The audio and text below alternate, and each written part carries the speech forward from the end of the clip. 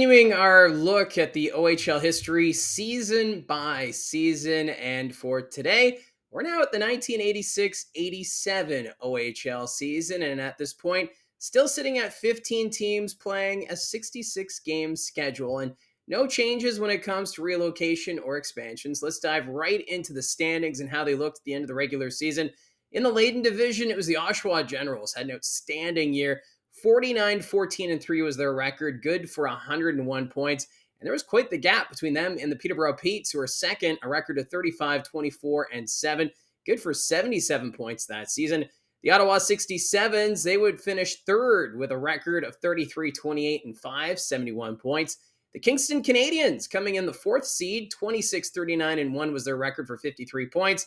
The Belleville Bulls, a record of 26-39-1 for 53 points, would put them in fifth. And claiming the final playoff spot in the Layton division were the Cornwall Royals, 23-40-3 for 49 points, while the Toronto Marlboros on the outside looking in when it came to the playoffs, they finished the year with a record of 22-41-3, good for 47 points. Now switching to the M's division, leading the way would be the North Bay Centennials, a record of 46-18-2, 94 points. Second in the division, the Hamilton Steelhawks, 39-24-3 was their record for 81 points. The Windsor CompuWare Spitfires, 36-25-5, good for 77 points. That would put them third in the division that season. The Kitchener Rangers, they're in fourth, 32-31-3 was their record, 67 points. While the Sioux Greyhounds, 31-31-4 for 66 points. And the final playoff spot in the M's division would be claimed by the Guelph Platers, with a record of 29-35-2 for 60 points. And of course, this coming after their run to the Memorial Cup Championship in the 1985 playoffs, or actually 86. Let me get that correct. Now on the outside looking in playoff-wise, the London Knights, they've finished 7th, 25-39-2 is their record for 52 points. And the Sudbury Wolves back at the bottom of the division with a record of 20-44-2 for 42 points. So for this season, which was different, is the Ontario Hockey League created what would be known as the Super Series to decide who would host the Memorial Cup in the OHL season. So what happened was they put the first place team in the Layton division up against the first place team in the M's division. So that would be the Oshawa Generals against the North Bay Centennials to decide who would represent the OHL at the Memorial Cup as the host. And that was held during the first round of the playoffs. So they went back to giving byes to teams in the first round. So it would be Oshawa, North Bay, and Oshawa would end up winning that Super Series and would be awarded as the host of the 1987 Memorial Cup. And this was actually one of Oshawa's strongest teams on record. It was quite the run from my understanding from what I was reading that year. So the Generals, one of the OHL's most historic teams, having another historic season of their own. Now, another big change for the OHL this year is going into the playoffs, they would adopt a best-of-7 format.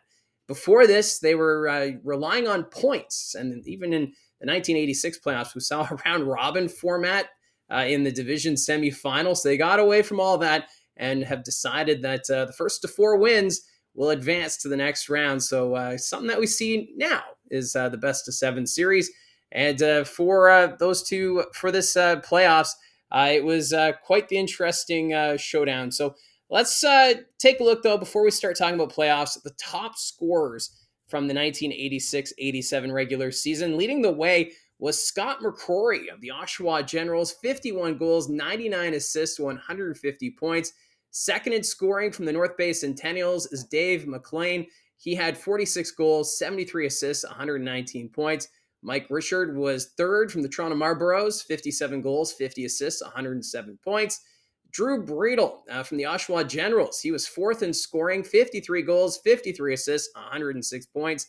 Then from the Kitchener Rangers, we have Ron Goodall. He had 52 goals, 53 assists, 105 points. Jean-Marc McKenzie, the London Knights, 49 goals, 56 assists, 105 points. From the Sudbury Wolves, Brian Barrett. He had 54 goals, 48 assists, 102 points. Eighth in scoring that season, Keith Gretzky. He split time between the Belleville Bulls and the Hamilton Steelhawks. He had 35 goals, 66 assists, 101 points. And then Adam Graves, he would be ninth in scoring in the OHL. He's from the Windsor Spitfires, 45 goals, 55 assists, 100 points. And rounding out the top 10 would be Jamie Godkin of the Oshawa Generals, 31 goals, 69 assists, 100 points. And you'll notice that the top 10 scorers, their totals starting to dip a bit. We were seeing more than 10 scorers passing the 100-point mark, but here, 100 points got you in the top 10, which is something we hadn't seen yet in the OHL in the 1980s. Now, going into the postseason, as I mentioned in the division quarterfinal, the Oshawa Generals would get a bye. They would play in the Super Series against the North Bay Centennials. And also getting a bye from the Leyden division would be the Peterborough Petes. So the first and second seed getting a bye, and that would leave Kingston up against the Belleville Bulls. And the Canadians would win that series in 6 games, while the Ottawa 67s defeat the Cornwall Royals in 5 games. And then in the Ems division, it would be the North Bay Centennials getting the bye, but then the other bye would go to the Kitchener Rangers as they decide, or rather the Hamilton Steelhawks and Windsor Spitfires both wanting to play in the division quarterfinal. So that would leave the Hamilton Steelhawks defeating the Guelph Platers 4-1. And then the Windsor CompuWare Spitfires would complete the series sweep of the Sioux Greyhounds. Moving on to the division semifinal, we would have the Oshawa Generals defeating the Kingston Canadians 4-2. The Peterborough Petes, they would also need 6 games to defeat the Ottawa 67s. In the Ems division, a series sweep from the North Bay Centennials against the Kitchener Rangers. And then the Windsor Spitfires upsetting the Hamilton Steelhawks in 4 straight. In the division finals, we would have the Oshawa Generals and Peterborough Petes, a classic rivalry going head-to-head. And it would be the Generals who would win this series in 6 games.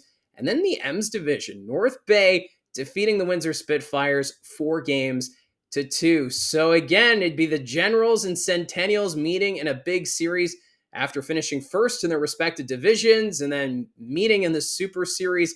They meet again for the J. Ross Robertson Cup, and this one went the distance all the way to Game 7, and it would be the Oshawa Generals defeating the North Bay Centennials. Now, what's a little different about this time around is because Oshawa and North Bay, they already met for the Super Series to decide who would host the OHL or host the Memorial Cup.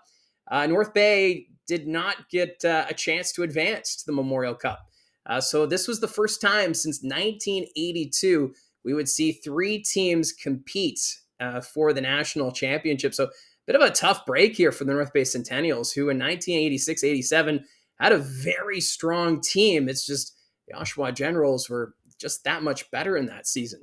Now, in the Memorial Cup in Oshawa, they would also have to face off against the Langille Chevaliers and the Medicine Hat Tigers. And the Oshawa Generals, they marched through the round robin at the Memorial Cup in 1987, but then had to go up against the Medicine Hat Tigers in the Memorial Cup final, and they would fall 6-2. So a bit of a shocker there as Oshawa firing on all cylinders that season, but could not get the job done when it came to the Memorial Cup Championship.